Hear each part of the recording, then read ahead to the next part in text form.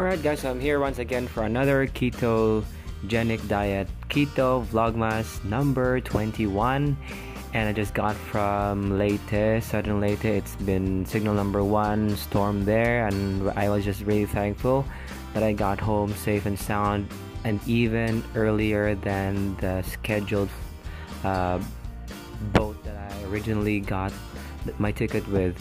And I was originally gonna ride the 8:10 p.m. tonight, but I was able to get early at the pier at the port, and I just had to pay about 100 pesos and got an earlier schedule. So that's it. So I'm here to talk with you guys about the things that I use to have an idea of how my macros are, the fats, the protein, and the carbohydrates. And before I continue, let me just remind you, if you haven't subscribed to this channel, please subscribe, you guys. And yeah, let's interact, like the videos, comment, ask questions, and also share your stories about keto if you have already started it. If you haven't started keto, tell us why. What are your fears or qualms about it? What are your reservations of keto? So just really want to know and share in this community, in this Steve and Nellas channel, because you're a part of it already just by watching this. Welcome to the Steve and Nellas channel about keto.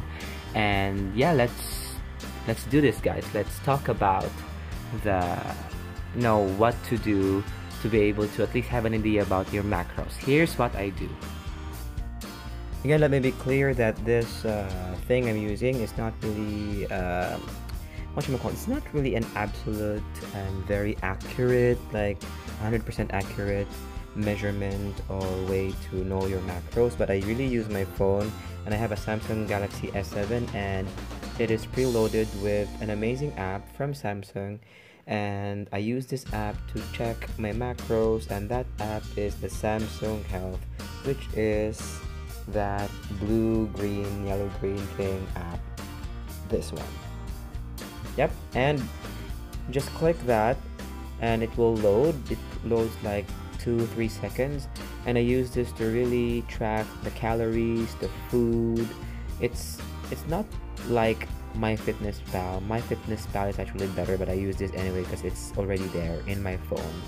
So for example, I go into the app, and the one that you see the green, yellow, the green icon and the blue green, right, and with the moon, the violet, you should choose the one at the center which has fork and knife. That is for the food input.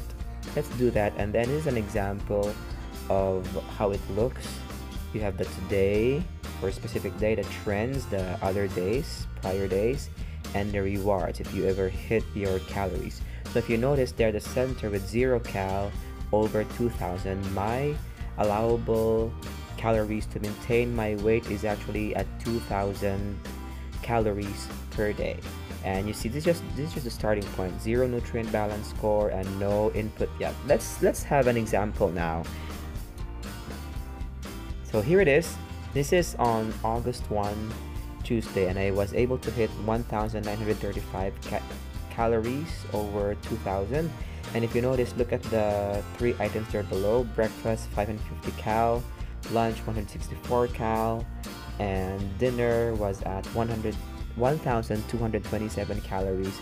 So basically, you input every kind of food and search it in the app, and you have to really make sure about the grams and about the servings. You just really input it, you guys, and it will make it calculated for you. For example, let's go to dinner. So dinner was more important. This is how I know the macros if I ever hit it. If you see that there's dinner 121 cal, there's add meal, there's recommended intake.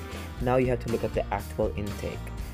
You will see there that the recommended intake is really far from the actual intake, and this is already keto, you guys.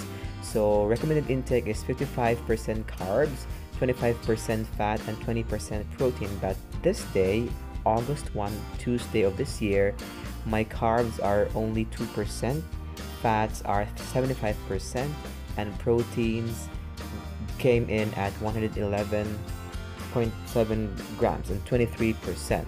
So the carbs are 11.4 grams, fats 162.5 grams, and again protein at 111.7 grams.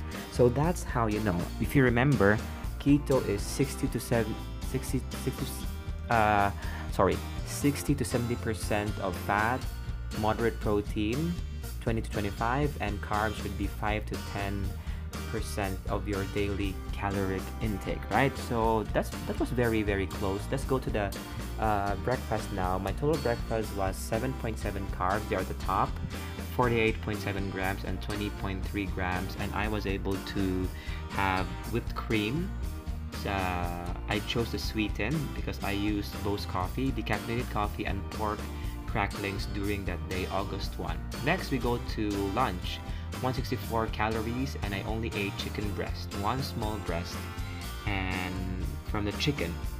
Let's go to dinner now. At dinner time, I was able to buy and eat quarter-pound beef patties. This is not really, I don't think it's really the Meiji ground beef patties, but I actually just estimated it, and this was the closest item in the app that says ground beef patties, and you know, up there are the macros. Let's go to August 15. I don't know if you were able to follow. Breakfast 666 cal, lunch 112 cals, and dinner 1180 cal. So yeah, this was the time when I was still eating breakfast, lunch, and dinner. And if you again, you can see at the bottom the actual intake.